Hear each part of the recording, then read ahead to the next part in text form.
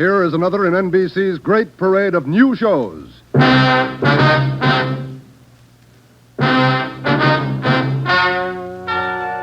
Ladies and gentlemen, the story you are about to hear is true.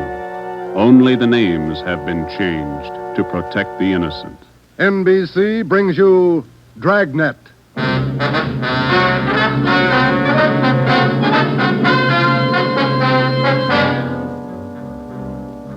You're a detective sergeant. You're assigned to auto theft detail. In 3 months, more than 250 cars have been broken into. Property mounting well into thousands of dollars has been stolen. 2 youthful members of the gang have been apprehended. The all-important brains of the criminal ring, the leaders, are still at large. Your job, get them. Dragnet, the documented drama of an actual crime, investigated and solved by the men who unrelentingly stand watch on the security of your home, your family, and your life. For the next 30 minutes, in cooperation with the Los Angeles Police Department, you will travel step by step on the side of the law through an actual case from official police files. From beginning to end, from crime to punishment, Dragnet is the story of your police force in action. It was Monday, March 2nd. It was cold in Los Angeles. We were working the night shift out of auto theft. My partner's Ben Romero. The boss is Ed Backstrand, chief of detectives. My name's Friday. I was on the way back from the interrogation room, and it was 10:58 p.m. when I got to room 26, chief of detectives' office. Real tough kids, aren't they? Yeah, they won't admit a thing. Now, sit down. Thanks. When'd you pick him up? About 8:30 tonight in the parking lot behind the Star Theater out on Sunset. He was lifting the radio out of a 48 convertible. He's had lots of experience. The report says you picked up a 19-year-old girl with him.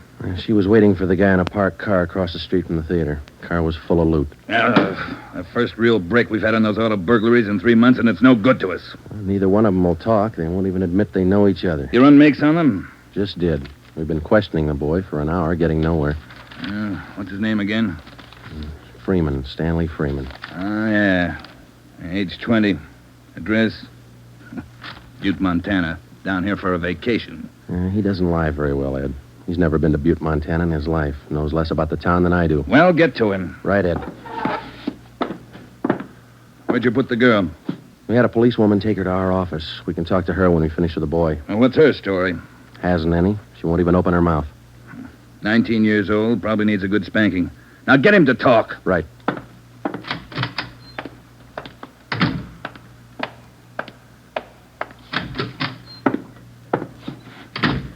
Did you run a make, Joe? Yeah, he's clean.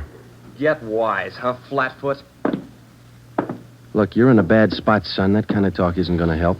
Says you. We caught you red-handed trying to steal a radio that didn't belong to you from a car it didn't belong to you. Is that right? That's enough to send you to San Quentin, boy. You better give us the story. Shut up. We got all the evidence we need for him. Maybe you don't realize how serious this is. We've had more than 250 car burglaries in this city in the past 3 months. Over $200,000 worth of property's been stolen. That's a lot of money. So what? So you're the number one suspect, young fella. Your method of operation in breaking into that car tonight is the same used in most of the other burglaries. That means you're not going to be tried just for this job tonight. What are you getting at, Flatfoot? Listen, son. In the state of California, breaking into a locked car is a felony. You can go to state penitentiary for that. And we're going to file a complaint of burglary with the district attorney in the morning. You say you're from Butte, Montana. All right, I don't believe you, but we'll make sure. Ben, go down to our office and call the news photographers. Stanley here is going to have his picture on the front page of every newspaper in Los Angeles tomorrow. Right, Joe? No. You can't. I won't let you.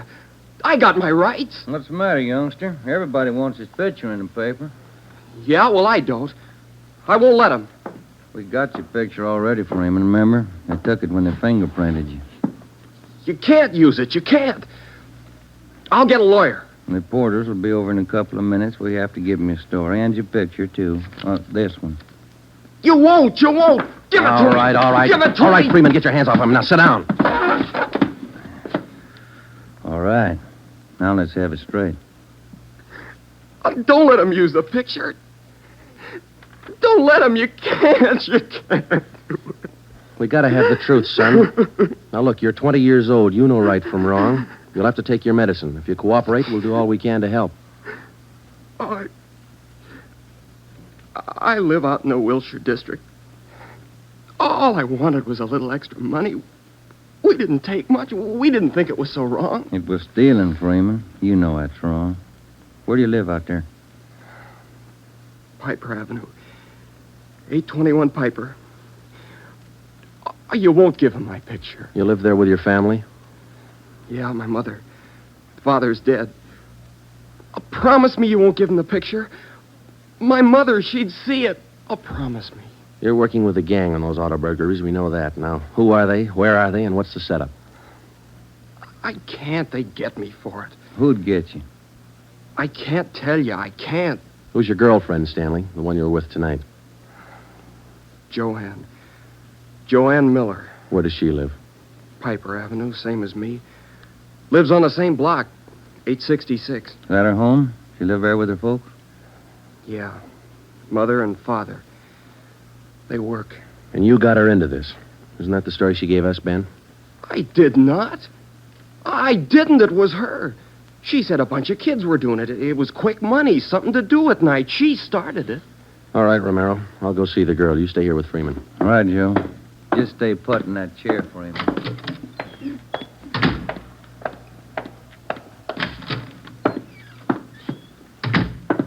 Hi, Marge.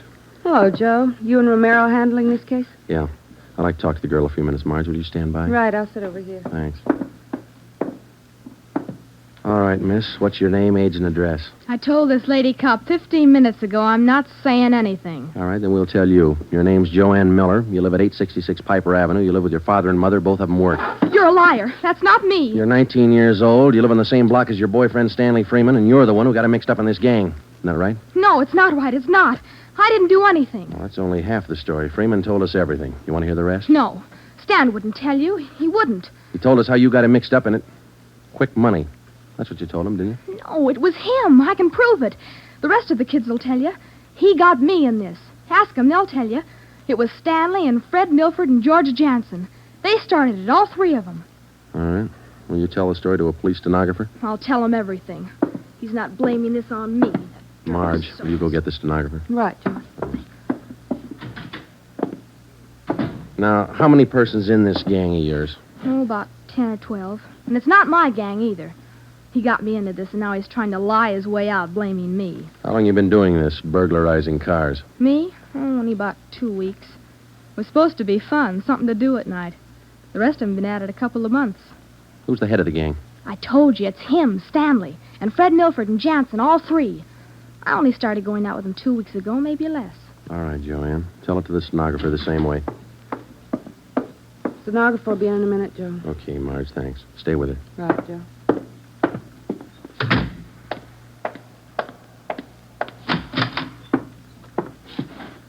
Just about a closed case, Ben. Girl gave us a full confession. She didn't. Oh, you're not tricking me again. She didn't. She told us you're one of the leaders of the gang, Stanley. Said you got her into all this. The other two are George Jansen and Fred Milford. About a dozen kids in the gang, all of them about your age. Isn't that right? She's lying, can't you tell?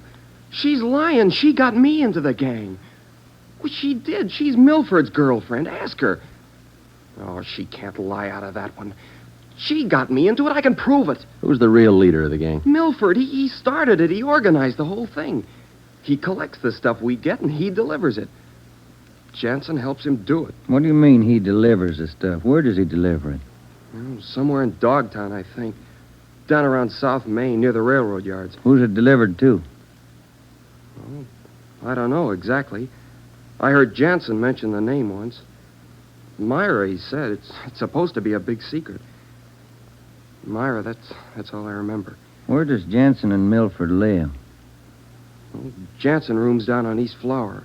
1042, I think. It's a rooming house. And Milford lives 2 blocks over from me on Quincy.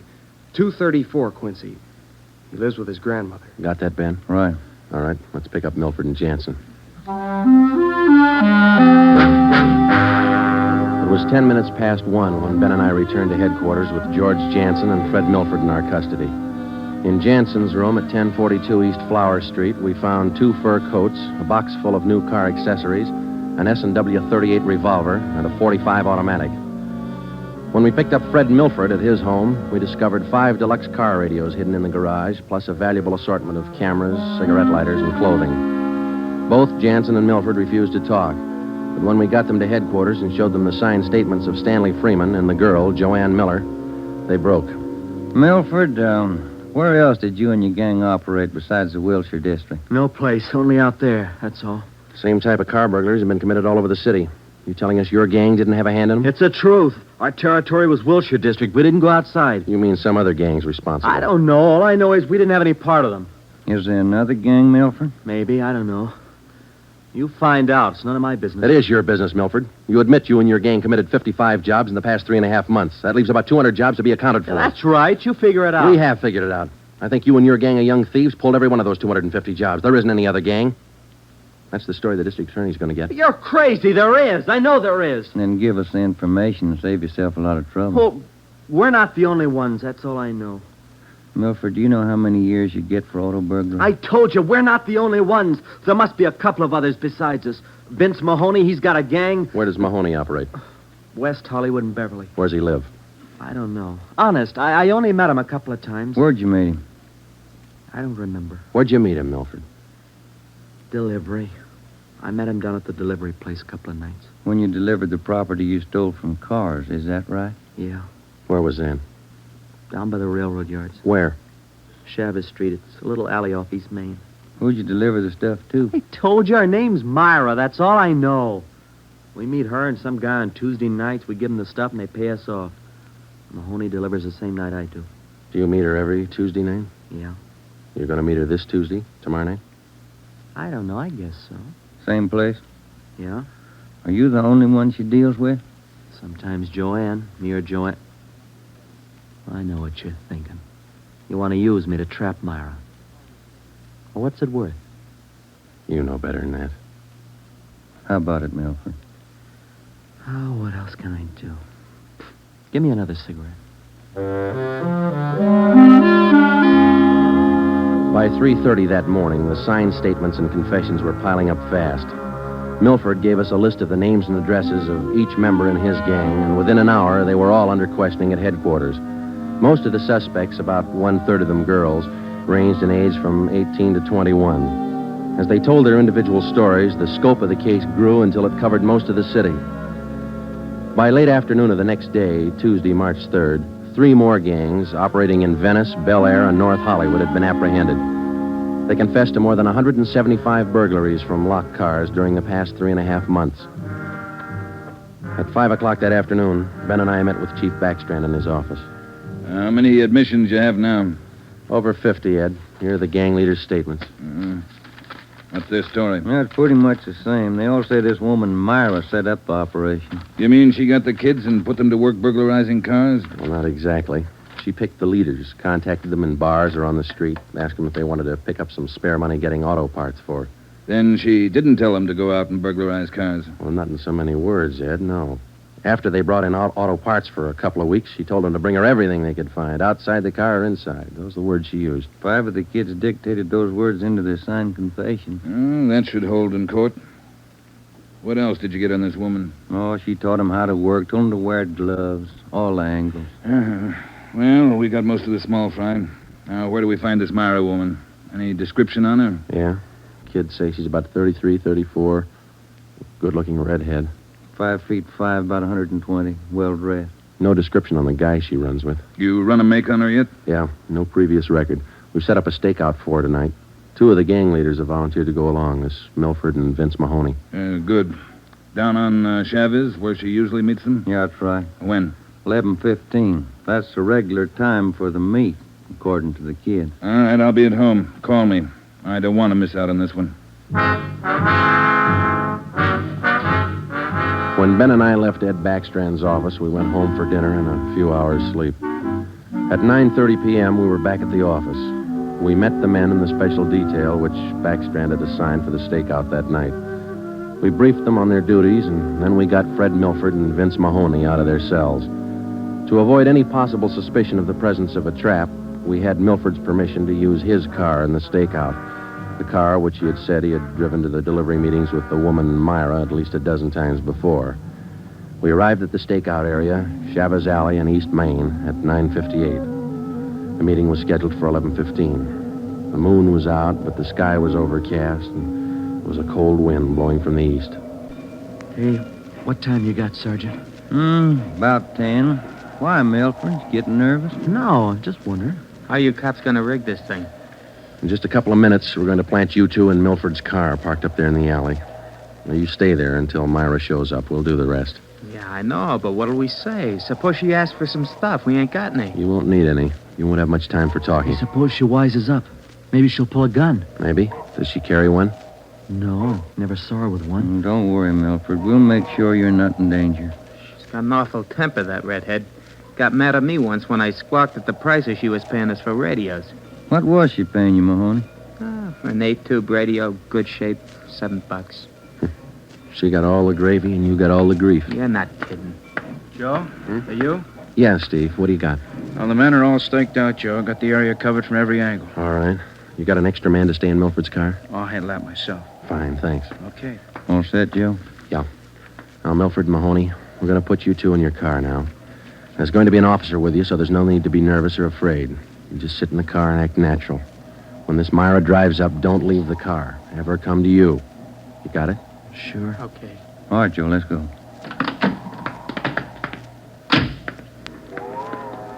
Sure is cold out. I don't even have a heater in my car. You stole enough of them. Okay, Steve, here they are. All right, boys. Milford, get in first behind the wheel. Okay. Mahoney in the middle. I'll sit in the back. We'll be parked in that garage across the street, Steve. Got a perfect view of the alley. Okay, Ben. Check with you later. Right. Mean night, Joe. Yeah, come on.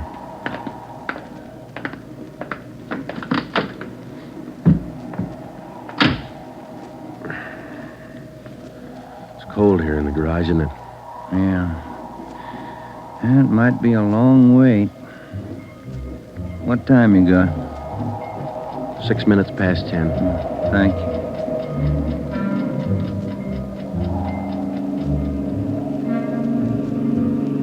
Hey, Joe. What is it? It's nothing. Thought that passing car was turning in the alley. Relax. It's early.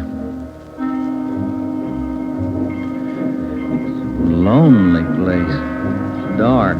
Gets on your nerves.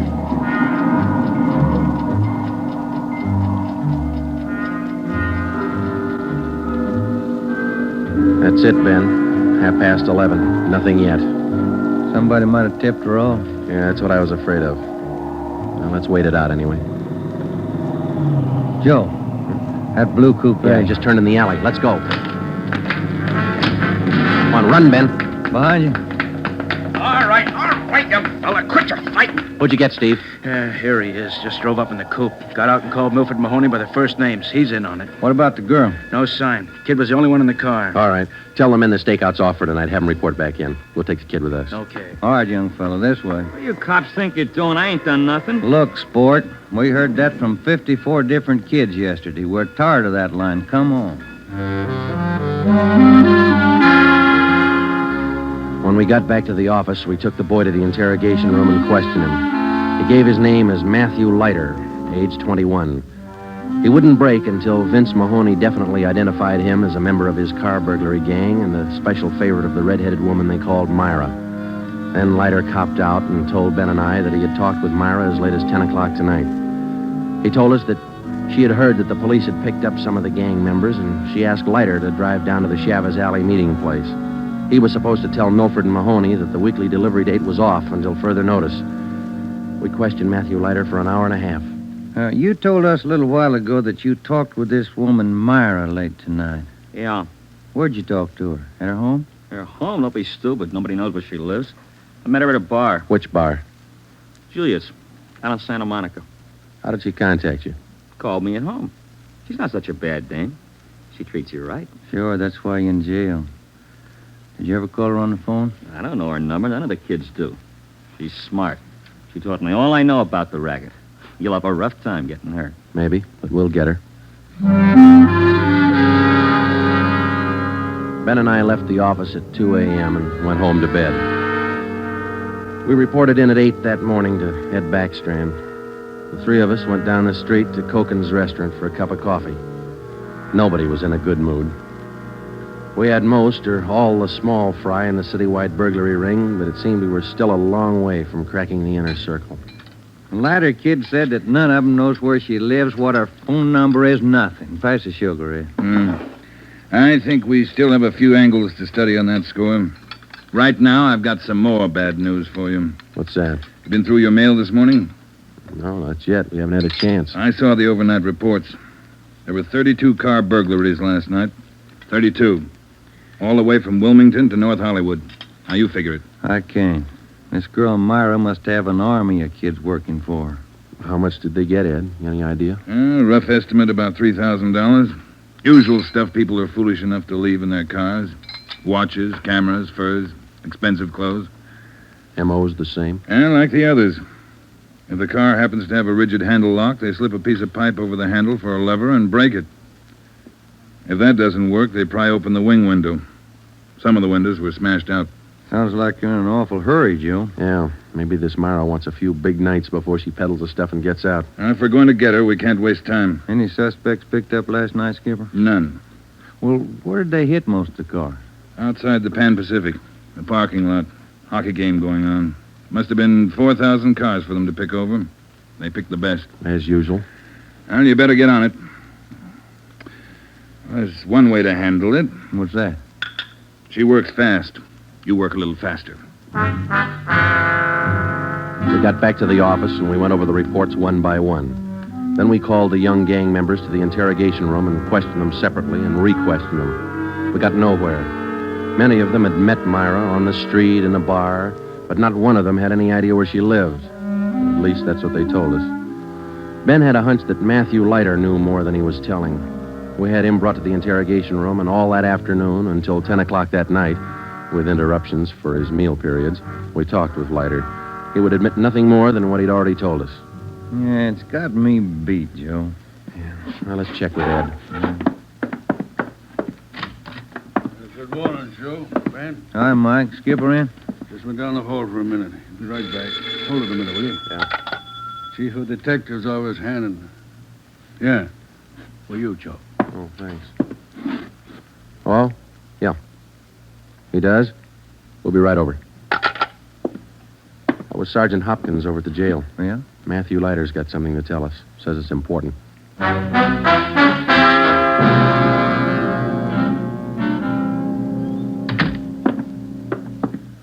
Have a chair here, Leiter. Yeah, thanks. All right. You wanted to see us. I'm getting even with that dame Myra. I'm squaring with you. Yeah?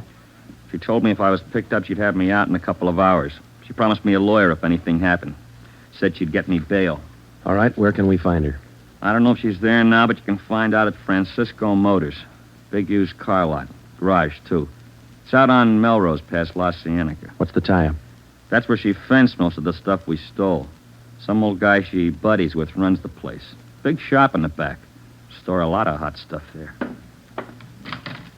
Barney, Yes, Sergeant? we're through with him. Take him back. We checked with Chief Backstrand, and then we drove out to the Francisco Motor Company. We located it on the corner of Melrose and Geneva Avenue. It was a big layout. Consisted of a large used car lot sign bannering the slogan, Deluxe Auto Accessories, lowest prices in town. Along the back end of the lot, there was a large L-shaped garage. We found the man in charge, and he gave his name as Paul Hackett, the owner of the car lot. In the garage, we found the entrance to a large back storeroom. It was loaded with thousands of dollars worth of auto radios, spotlights, cratefuls of assorted car accessories. Special closets built into the walls of the garage contain racks of fur coats, suits, dresses. Below that, smaller boxes containing watches and cameras, all wrapped in tissue paper. You can save all of us a lot of time and trouble by talking to us now, Mr. Hackett. Where is Myra? I don't know who you're talking about. I don't know what you're talking about. Can you explain what we just found in your garage? I didn't know it was there. I didn't know it was stolen. Well, which is it, Mr. Hackett? Make up your mind. I bought it. But I didn't know it was stolen. You can't prove I did know. I think we can prove it, Mr. Hackett. Some of those stolen car radios stored back there, the serial numbers are filed off, and this workbench here is full of filings. I didn't know. You'll have to do better than that. How does Myra figure in? I don't know. I don't know what you're talking about. It's all right with us, Hackett. We found the stuff and we got you. If we don't find Myra, you'll be doing time for 2 people. Stand still. You can't. You can't do this to me. I don't know anything about it. Come on, Hackett. We're taking you in.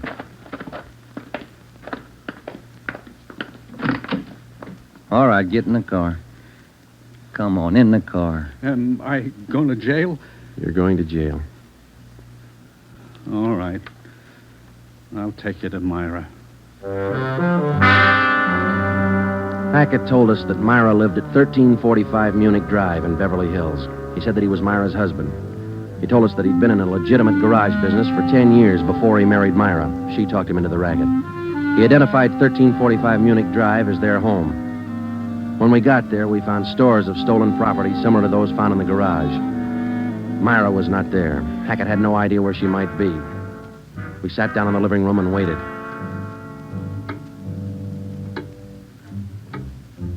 One hour, 2 hours, 3 hours. After 5 hours of waiting, the monotony started to wear on everybody's nerves, especially Hackett's. And the whole thing, it was her idea. I should have known, all hers. She did this to me. I won't take it alone. Where is she? You tell us, Hackett. Told you, I don't know. She couldn't have gone. She didn't know. I'm not going to take this alone. All right, quiet down. That you, Paul? Thought I heard you talking to some. Who's he? The police, Myra. The police. Your smart kids told them the whole story. What are you talking about, my smart kids?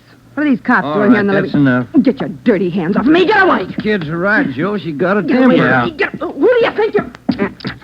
There, that ought to hold you for a while. All right, come on, you two. Let's go. All right, copper. You win. Stupid husbands. How many times did I tell you? Don't trust those kids. Don't store the stuff in the garage. Don't open it for anybody. Get a lawyer. No, you knew better. Dumb jerk. The idea of having those cops camping in the living room waiting for me. Why didn't you warn me? I'm going to divorce you. That's what I'm going to do. I'll stick you for plenty. Jerk. All right, inside you two.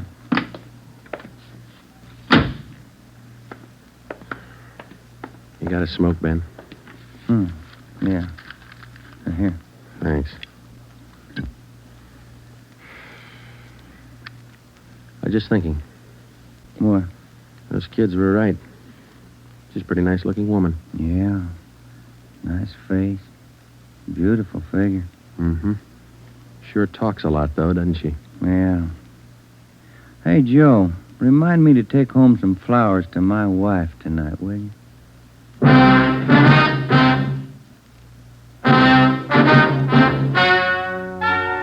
The story you have just heard is true. Only the names were changed to protect the innocent. Paul and Myra Hackett were tried and convicted on 7 separate counts of receiving stolen property. They are now serving out their sentences in the state penitentiary. Realizing that most of the young persons involved in the case were influenced by the strong personality of Paul and Myra Hackett, a separate investigation was made into the backgrounds and home life of the young offenders.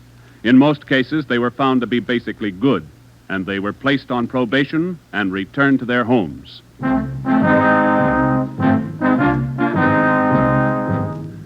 You have just heard the 13th in a new series of authentic cases from official files. Technical advice for Dragnet comes from the office of W.A. Wharton, Acting Chief of Police, Los Angeles Police Department. Tonight's program is dedicated to Detective Harry William Vosper of the Seattle, Washington Police Department, who on the night of July 21st, 1949, gave his life so that yours might be more secure. Dragnet came to you from Los Angeles. And now, an important announcement. Starting this Saturday, September 3rd, Dragnet will be heard at a new time over your NBC station. Consult your local newspaper for the new listening time. And now, speaking in behalf of the producers and the entire cast of Dragnet, we would like to take this opportunity to thank you for your many kind letters of encouragement and approval. Remember, next Saturday for Dragnet, this is NBC, the national broadcasting company.